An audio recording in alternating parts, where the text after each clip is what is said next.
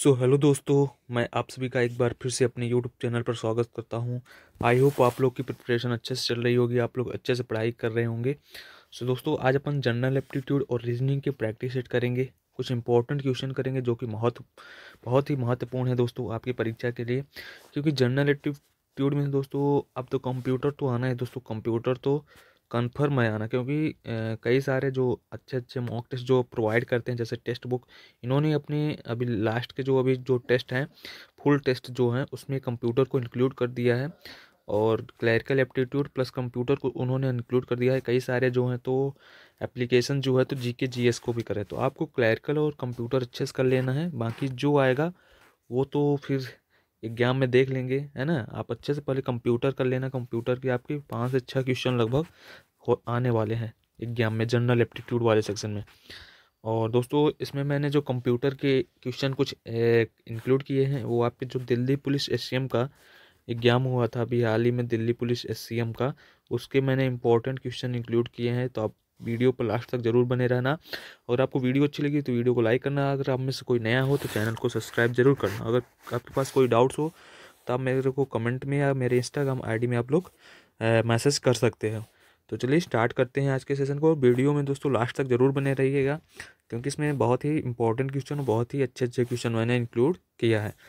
और ये आपकी अभी जो ये दिल्ली पुलिस में हुआ था पेपर, उसका ये कंप्यूटर का क्वेश्चन है दोस्तों। अरे इसका क्वेश्चन मैंने एक अभी कंप्यूटर जो करवाया था जनरल एप्टीट्यूड में, ये ऐसा ही क्वेश्चन एक करवाया था, लेकिन उसमें टाइटल बार पूछा था, इसमें स्टेटस बार पूछ लिया गया है ना इसका आंसर। जैसे क्या है कि वर्क सीट विंडो के निचले जो किनारे का क्या नाम है, जो MS एक्सेल 2010 में एक्सेल वर्क सीट के बारे में विभिन्न जानकारी, यानी जो निचले के, जैसे MS एक्सेल होता है यहाँ पर होता है दोस्तों, यहाँ निचले किनारे में यहाँ पर बना रहता है। तो यहाँ पर होता है दोस्तों स्टेटस बार। क्या होता है स्टेटस बार? आपका ऑप्शन नंबर फर्स्ट होगा। और ऊपर की तरफ जो होता है, यहाँ पे होता है टाइटल बार होता है। MS एक्सेल में ऊपर की ओर तरफ टाइटल बार और यहाँ पे स्टेटस बार, और इधर बगल में स्क्रॉल बार भी होते हैं ना दोस्तों, स्क्रॉल बार होता है। तो ये चीज़ आपको याद करना है। तो निचले किनारे पर क्या होता है? स्टेटस बार होता है। तो ऑप्शन नंबर फर्स्ट आपका राइट आंसर होगा। चलिए नेक्स्ट क्वेश्चन बात करते हैं।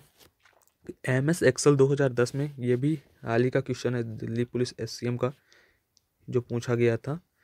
आपको एक्सेल वगैरह के अच्छे से पढ़ के जाना है। एक्सेल, MS एक्सेल, है ना, एक्सेल हो गया, फुल फॉर्म वगैरह हो गई और शॉर्ट्स की हो गई। ये कंप्यूटर में ये इंपॉर्टेंट टॉपिक है जो आपसे आना चाहिए अच्छी तरीके से। नेक्स्ट क्वेश्चन बोल रहा है कि MS एक्सेल 2010 में किसका उपयोग सीट के भीतर जो कॉलम होती है उसको हाइड करने के लिए किया जाता है। दोस्तों, एक्सेल में क्या क्या रहता है? रो और कॉलम होता है। रो और कॉलम से मिलकर क्या बनता है? ये जो बनता है इसे हम क्या बोलते हैं? बॉक्स जो बनता है इसको अपन सेल बोलते हैं। कई बार पूछ लिया जाता है कि इस बॉक्स को क्या नाम से पुकारते हैं MS एक्सेल में, तो इसे क्या बोलते हैं? सेल बोलते हैं। तो क्वेश्चन क्या बोल रहा है कि जो MS एक्सेल होता है उसमें अगर अपन को कॉलम को हाइड करना है, तो कॉलम को हाइड करने की शॉर्ट की क्या होती है? तो कॉलम को हाइड करने की शॉर्ट की होगी ऑप्शन नंबर सेकंड, कंट्रोल+0। कंट्रोल+0 जो होता है हाइड करने की होती है। और आप यहाँ ही पे पूछ ले, अगर रो को अपन को हाइड करना है, तो रो को हाइड करने की अपन की शॉर्ट की होती है कंट्रोल+9। तो ये दोनों शॉर्ट की बहुत इंपॉर्टेंट है, इसको याद रखिएगा। अपन दोस्तों आप लोग कंफ्यूज हो सकते हो, तो मैं एक ट्रिक बता देता हूँ आपको थोड़ा याद करने का। एक कि देखो, जीरो बनाते हो तो ऐसे जीरो बनता है इस प्रकार ने, तो यहाँ पे सी आता है तो सी फॉर कॉलम, ऐसे जीरो बनता है, जीरो में सी का छुपा होता है। तो आप ऐसे याद कर सकते हो कि जीरो से क्या बन रहा है? सी बन रहा है। ऐसे जीरो ऐसे बनता है सी, उस ऐसे इसको पूरा कर दो जीरो, तो ऐसे याद कर सकते हो कि सी से क्या होता है? जीरो, और कंट्रोल+0 क्या होता है? कॉलम को हाइड करने की। और 9 से क्या होता है? रो को हाइड करने की। ये भी इंपॉर्टेंट है दोस्तों। चलिए नेक्स्ट बात करते हैं दोस्तों कि hide option is present in tab in MS Excel 2010 ribbon one. जो हाइड का ऑप्शन होता है MS एक्सेल में, वो किस टैब में प्रेजेंट रहता है? तो वो व्यू में प्रेजेंट रहता है दोस्तों। चलिए नेक्स्ट बात करते हैं कि MS एक्सेल 2010 फंक्शन केवल केवल बोल रहा है केवल वर्तमान सिस्टम तिथि, करंट सिस्टम डेट कौन सा प्रेजेंट करता है? तो करंट सिस्टम डेट बनता, बहुत सारे दोस्त यहाँ पर करंट ऑप्शन टिक करेंगे, बट करंट नहीं होगा। यहाँ पर ऑप्शन नंबर होगा थर्ड, टुडे। इसका राइट आंसर जो होगा टुडे होगा। करंट केवल वर्तमान सिस्टम तिथि बोल रहा है ना, करंट सिस्टम डेट बोल रहा है, तो यहाँ पर क्या होगा टुडे। तो दोस्तों अगर वीडियो अच्छी लग रही हो तो वीडियो को लाइक ज़रूर कर देना। चलिए नेक्स्ट क्वेश्चन बात करते हैं दोस्तों, और अगर आप अब में से कोई नया हो तो चैनल को सब्सक्राइब जरूर कर देना। नेक्स्ट क्वेश्चन है अपन का रीजनिंग का, कि यदि ऐसे क्वेश्चन पूछे जाएंगे आपके एग्जाम में, आप लोग इससे बन भी जाएंगे, आई होप आप लोग अच्छे से तैयारी कर रहे होंगे। तो यदि माइनस का अर्थ डिवाइड, प्लस का अर्थ इंटू, और डिवाइड का अर्थ माइनस और इंटू का अर्थ प्लस है, तो इसको आपको सॉल्व करना है। अब चलिए जो जो बोला है अपन कर लेते हैं। क्या बोल रहा है, पहले 80 है और फिर माइनस है। माइनस का अर्थ क्या बोल रहा है दोस्तों, डिवाइड, माइनस का अर्थ डिवाइड, फिर 20, फिर प्लस है, तो प्लस की जगह पर अपन क्या रखेंगे, प्लस का अर्थ क्या बोला है इंटू, इंटू क्या कर देंगे 10, फिर डिवाइड का अर्थ क्या बोला है माइनस, तो -8, फिर इंटू, इंटू का अर्थ क्या बोला है प्लस, तो प्लस कर देंगे 10। तो अपन अब इसको कैसे सॉल्व करेंगे, इसको कोई सीधा सीधा अपन सॉल्व नहीं करते, किस बेस पर सॉल्व करते हैं, बोर्ड मास के। आई होप आप लोगों ने इसको पढ़ा ही होगा, बोर्ड मास के बेस पर करते हैं। जैसे पहले क्या करता है, अगर ब्रैकेट होता है तो ब्रैकेट करते हैं, फिर ऑफ करते हैं, फिर डिवाइड करते हैं, फिर मल्टीप्लिकेशन, फिर एडिशन, फिर सब्सट्रैक्शन, यानी कि पहले जोड़ते हैं फिर घटाते हैं, पहले भाग करते हैं फिर गुणा करते हैं, फिर जोड़ते हैं फिर घटाते हैं। ये दो चीज़ें तो नहीं है यहाँ पर, अपन को डिवाइड, मल्टीप्लिकेशन, एडिशन और सब्सट्रैक्शन, ये 4 चीज़ें दिख रही हैं, तो इसी के अकॉर्डिंग अपन को करना है। तो पहले क्या करना है कि आपको क्या करना है, डिवाइड, तो 80 डिवाइड 20 करोगे तो कितना हो जाएगा, 4 हो जाएगा। इंटू 10 करोगे तो कितना हो जाएगा, 40 हो जाएगा। 4 इंटू 10 40, -8 प्लस 10। अब आपको क्या करना है, एडिशन करना है, तो ये +40 + 10 करोगे तो कितना हो जाएगा 50, 50 -8 करोगे तो 42। 42 ऑप्शन नंबर आपका राइट आंसर क्या हो जाएगा, फर्स्ट हो जाएगा। चलिए नेक्स्ट बात करते हैं। आपको एक सीरीज़ दी है, इस सीरीज़ को आपको कंप्लीट करना है। ऐसे क्वेश्चन पूछे जाएंगे दोस्तों, बहुत इंपॉर्टेंट ये प्रकार होते हैं, हर एक एग्जाम का फेवरेट क्वेश्चन होता है कि आपको एक सीरीज़ देना है। इस प्रकार सीरीज़ को सॉल्व करने का क्या तरीका होता है दोस्तों, अपन सीखते हैं कि नंबर ऑफ सीरीज़ अपन देख लें कितने टर्म है, उसको काउंट कर लेते हैं, है ना। जैसे यहाँ पर क्या है, कितने टर्म है, 1 2 3 4 5 6 7 8 9 10 और 11 12 13 14 15 15 टर्म है दोस्तों अपने इस सीरीज में। 15 है तो आपको 15 को ऐसे इसको फ्रैक्शन में तोड़ लेना है, इसके फैक्टर में। 15 3 इंटू 5 होगा, तो या कि 3 3 का जोड़ा बना लो या कि 5 5 का जोड़ा बना लो, दोनों से आपको सॉल्व कर सकते हो। ताकि 3 3 का या कि 5, अपन 5 5 को बनाते हैं तो ये 5 का एक जोड़ा बन गया, एक 5 का ये जोड़ा बन गया यहाँ तक के तक, फिर लास्ट में ये 3 2 5 एस तक बन गया, और एक बन गया ये लास्ट में। 3 जोड़े अपन के बन गए 5 5 के। अब अपन को देखना है कि इसमें चल क्या रहा है। जैसे ई है, ई के बाद जे आ रहा है, जे ई का कोडिंग कितना होता है 5 होता है, और जे का कितना होता है 10 होता है, यानी कि 5 इंक्रीज हो रहा है दोस्तों, है ना। ई जे एफ तो कितना हो जाएगा, फिर ई जे 5 10 है, फिर अपन करेंगे तो कितना हो जाएगा 5 हो जाएगा, ठीक है। फिर कितना हो जाएगा 5 करेंगे तो 15 हो जाएगा, 15 हो जाएगा। फिर यहाँ पर 6 आ गया, फिर +5 हो गया, 6 + 5 करेंगे तो 11 हो जाएगा। पहले 5 है, फिर 10 है, फिर 15। 15 किसका होता है, ओ होता है दोस्तों, कितना होता है ओ का कोडिंग कितना होता है 15। तो यहाँ पे ऑप्शन नंबर कितना आ जाएगा, फर्स्ट में ओ होना चाहिए, फर्स्ट में ओ एक ही ऑप्शन में है जो कि थर्ड है। आप आगे भी चेक कर सकते हो। फिर इसी प्रकार नेक्स्ट भी कर रहा है ना। फिर इसमें क्या कर रहा है कि 6 5 11, पहले में 3 में प्लस कर रहा है, +5 कर रहा है, फिर फोर्थ में क्या कर रहा है +5। फिर इसी प्रकार इसमें भी होगा। अब एक अपन को मिल गया है तो पूरा सॉल्व करने का लास्ट वाला भी चेक कर सकते हो। यहाँ पर क्या करेगा, प्लस करेगा, तो 9 है, आई का 9 है, +5 करोगे तो कितना हो जाएगा, 9 + 5 14 होगा, तो 14 एन का होता है, एन इसमें है लास्ट में, तो ये आपका करेक्ट सीरीज होगा। ऐसे किया दोस्तों।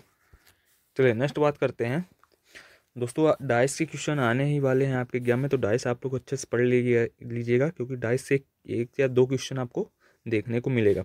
तो डाइस में क्या बोल रहा है दोस्तों कि यहाँ पे आपको ए का अपोजिट बताना है। ए से एफ तक टोटल नंबर है, ए से एफ तक, ए से एफ तक के डाइस में, इस डाइस में नंबर है, ए से एफ तक के लेटर हैं।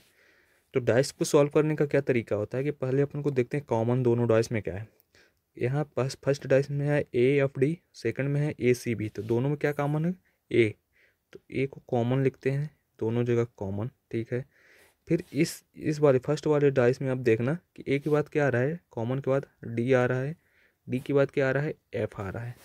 सेकंड डाइस में ए के बाद क्या आ रहा है, सी आ रहा है, सी के बाद क्या आ रहा है, बी। अपन को ए का बताना है, अगर डी का अपोजिट पूछता तो सी हो जाता, एफ का अपोजिट पूछता तो बी हो जाता, लेकिन ए का तो पूछ रहा है।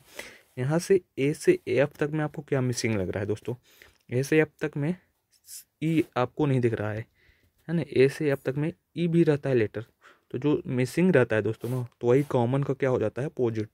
तो ए का अपोजिट क्या हो जाएगा, ई। ऑप्शन नंबर थर्ड आपका राइट आंसर हो जाएगा। जो दोस्तों मिसिंग रहेगा ना, वही जो कॉमन नंबर रहेगा उसी का अपोजिट हो जाता है। चलिए नेक्स्ट क्वेश्चन बात करते हैं। इस प्रकार के क्वेश्चन भी आजकल बहुत ही ट्रेंड में है। ये आपका एसएससी जीडी का क्वेश्चन है दोस्तों, कि 15 से 48 हो गया, 48 से 98 हो गया, जिस प्रकार इसमें फॉलो हो रहा है उसी प्रकार इस फोर्थ से चारों में से किसी एक में फॉलो होगा। तो दोस्तों आपको कई प्रकार इसमें टाइप बन सकते हैं, कि जैसे कि दोनों को जोड़कर थर्ड हो सकता है, जोड़ेंगे अपन तो नहीं होगा। 8 5 13, 4 1 5 1 6 63 नहीं हो रहा है, यहाँ पर तो 98 हो रहा है दोस्तों, है ना। और क्या हो सकता है, इन दोनों को अगर अपन फर्स्ट वाला और लास्ट वाला का डिफरेंस देखेंगे तब भी नहीं होगा, सेकेंड और थर्ड का डिफरेंस करेंगे तब भी फर्स्ट नहीं होगा। इसमें कुछ दूसरा ही किया दोस्तों, मल्टीप्लिकेशन भी कई बार कर देता है। जैसे 15 है, 15 से 48 मल्टीप्लाई करेंगे तो कितना हो जाएगा, 15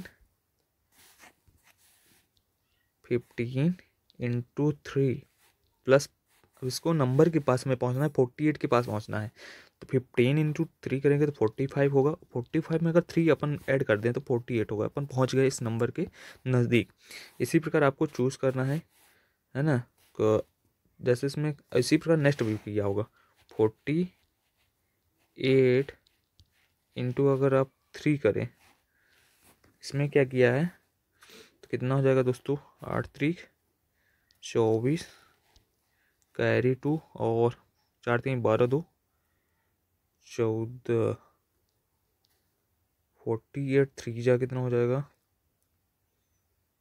ये तो ज़्यादा हो रहा है, यहाँ पर 98 चाहिए, तो यहाँ पर अगर 48 2 जा करते हैं तो यहाँ पर 2 जा करके दोस्तों 96 हमें पास में पहुँचना है, तो 2 जा करके +2 कर देंगे।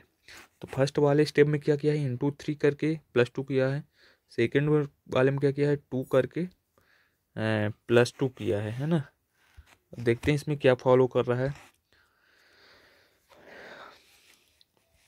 देखो फर्स्ट वाला ऑप्शन क्या होगा, 21 इंटू 3 करेंगे तो 63 होगा, 63 में +3 करोगे तो 66 होगा, ये तो फॉलो हो रहा है दोस्तों। नेक्स्ट वाले में देखते हैं, 66 इंटू 2 करोगे तो कितना हो जाएगा, 132, 132 +2 करोगे तो 134, आपका यही ऑप्शन करेक्ट होगा। आप नेक्स्ट भी चेक करोगे, इसमें आपका सीरीज फॉलो नहीं होगा। ये क्वेश्चन भी पूछे जाते हैं दोस्तों। इस प्रकार के क्वेश्चन को अगर आप करने का तरीका मालूम हो तो आप बहुत जल्दी कर सकते हो, अगर तरीका नहीं है दोस्तों मालूम तो आप इसको क्या करते हैं, आप फंस सकते हैं, उसमें ज़्यादा टाइम आपका ख़राब हो सकता है। तो इस प्रकार के क्वेश्चन करने का क्या तरीका है दोस्तों, कि एक निश्चित कोई कोडिंग में डू और डाई को ये लिखा जाता है, SURUKO के रूप में लिखा गया है। लेट्स डू इट को क्या बोलते हैं, KOMO, है ना। इस प्रकार से कोडिंग किया गया है। अपन को जो कोडिंग पूछा है ना उस पर फोकस करना चाहिए। कोडिंग क्या बोल रहा है कि DIE, डाई को किस प्रकार लिखा जाएगा, डाई का कोडिंग पूछा है। डाई किस ऑप्शन में है, फर्स्ट में डू और डाई, है ना, डू और डाई है। इसमें आपको देखना है कि कॉमन जो दो वर्ड हैं, डू और ये कौन कहाँ कहाँ है। देखो दोस्तों यहाँ पर सेकंड में डू है, फर्स्ट में डू है और थर्ड में डू नहीं है।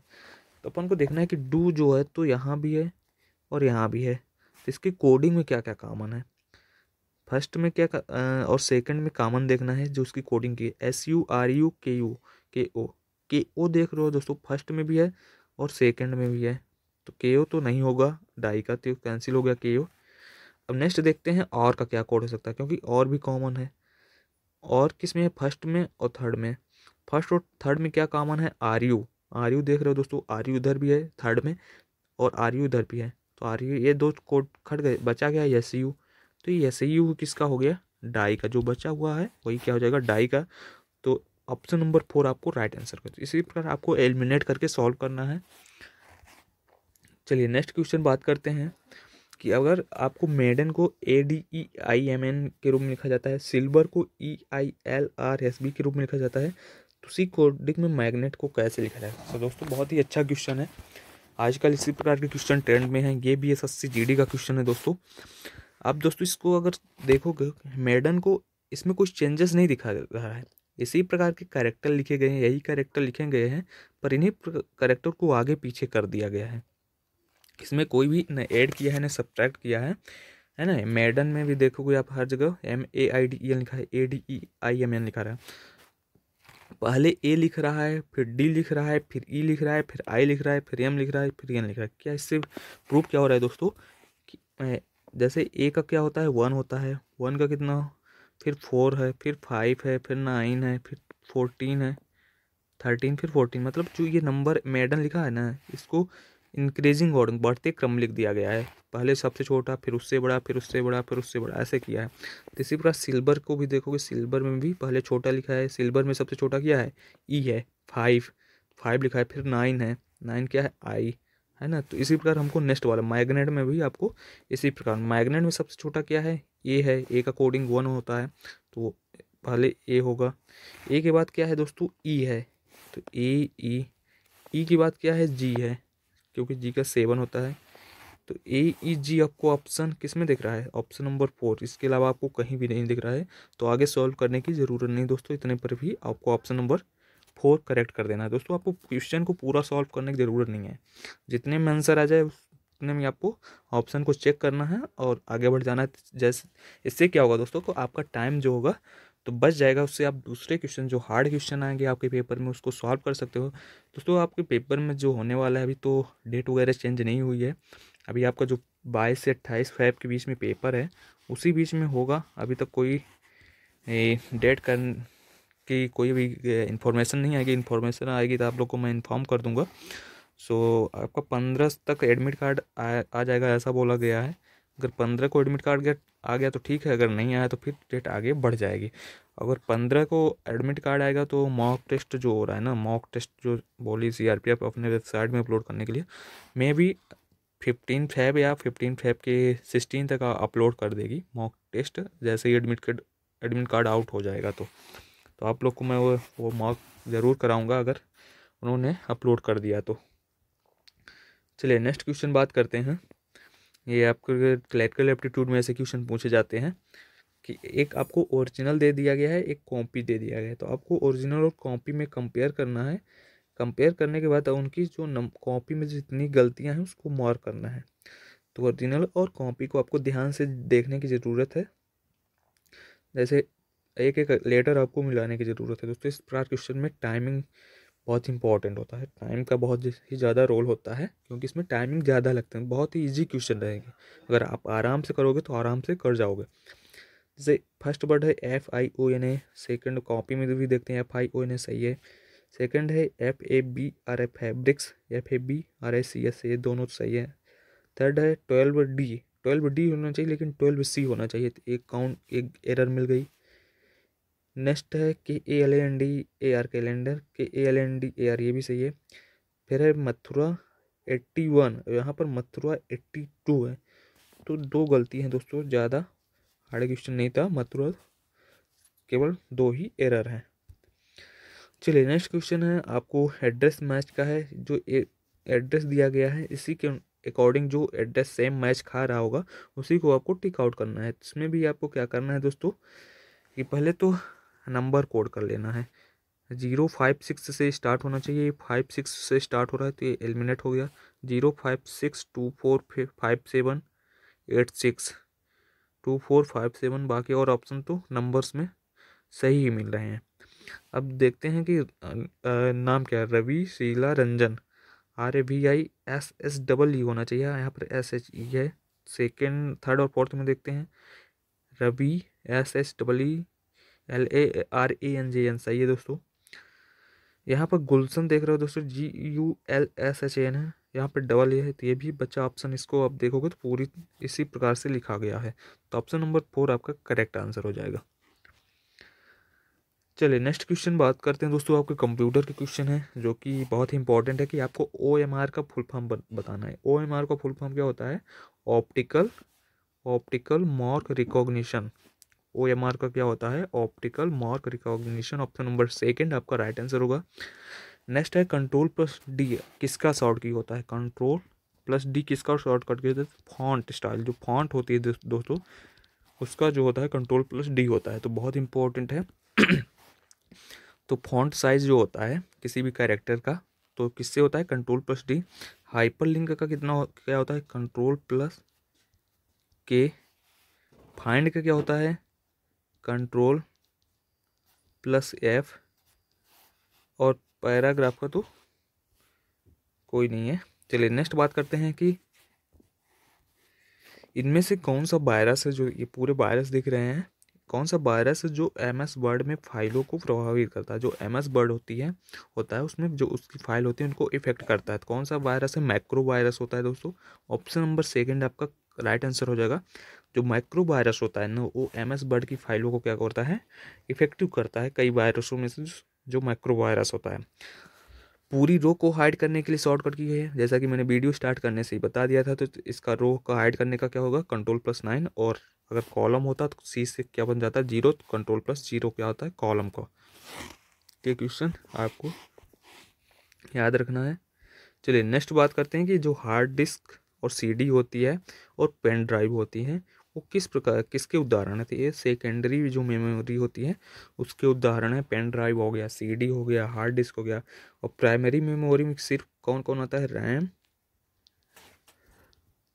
रैम और रोम जो होते हैं ये प्राइमरी मेमोरी की होते हैं। रैंडम एक्सेस मेमोरी और रीड ओनली मेमोरी ये प्राइमरी मेमोरी के एग्जाम्पल हैं। बाकी जो बचते हैं वो किसके हो जाते हैं? सेकेंडरी मेमोरी के। चलिए नेक्स्ट बात करते हैं कि निम्नलिखित में से OPC का आपको फुल फॉर्म बताना है। तो OPC का होता है open platform communication. Option number 4 आपका राइट आंसर हो जाएगा, ओपन प्लेटफॉर्म कम्युनिकेशन। चलिए नेक्स्ट क्वेश्चन बात करते हैं आपको स्टेटमेंट और कंक्लूजन का है कि सभी शहर गांव हैं। जो सभी शहर हैं, मैंने शहर को यस से रिप्रेजेंट किया और गांव को जी से रिप्रेजेंट किया। सभी शहर गांव हैं और कोई देश, यहाँ पर देश है, देश को मैंने डी से रिप्रेजेंट किया। कोई देश जो है तो शहर नहीं है दोस्तों, कोई देश शहर नहीं, इसमें निगेटिव का ऑप्शन है ना। कोई देश जो है तो शहर नहीं, इनके बीच का निगेटिव का रिलेशन आ रहा है, नॉट का रिलेशन आ रहा है। तो आप निष्कर्ष, कोई देश गांव नहीं है, कोई देश गांव नहीं है, गांव में तो है नहीं दोस्तों, है ना। कोई देश गांव नहीं है, हो भी सकता है नहीं भी हो सकता। हम कंक्लूजन इस पर कोई कंक्लूजन नहीं निकल रहा है तो ये तो नहीं कर रहा है। कोई गांव शहर नहीं है, और गांव और शहर में तो है दोस्तों रिलेशन, यहाँ पर नॉट का रिलेशन थोड़ी है गांव शहर में, तो ये भी फॉलो नहीं कर रहा है। तो इसका कंक्लूजन का क्या हो रहा है? न तो नीदर नॉर का कंक्लूजन निकल रहा है। न तो निष्कर्ष 1 न तो निष्कर्ष 2 अनुसरण कर रहा है, क्योंकि यहाँ पर दोस्तों कोई भी फॉलो नहीं कर रहा है। दोनों स्टेटमेंट जो है उनके अकॉर्डिंग कोई भी दोनों कंक्लूजन फॉलो नहीं कर रहा है, इसलिए न तो नीदर नॉर का केस बन रहा है। तो ये आपको याद रखना है, ऐसे क्वेश्चन आपके आ सकते हैं पेपर में स्टेटमेंट वाले।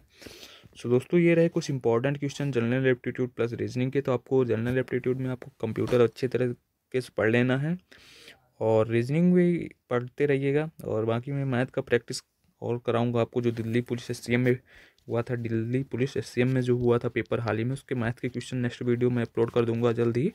तो आप चैनल को सब्सक्राइब जरूर करके रखना। अगर वीडियो अच्छी लगी हो तो एक लाइक ज़रूर कर देना और दोस्तों के साथ ज़रूर शेयर करना। तो वीडियो देखने के लिए आप सभी का बहुत बहुत धन्यवाद। मिलते हैं नेक्स्ट वीडियो पर।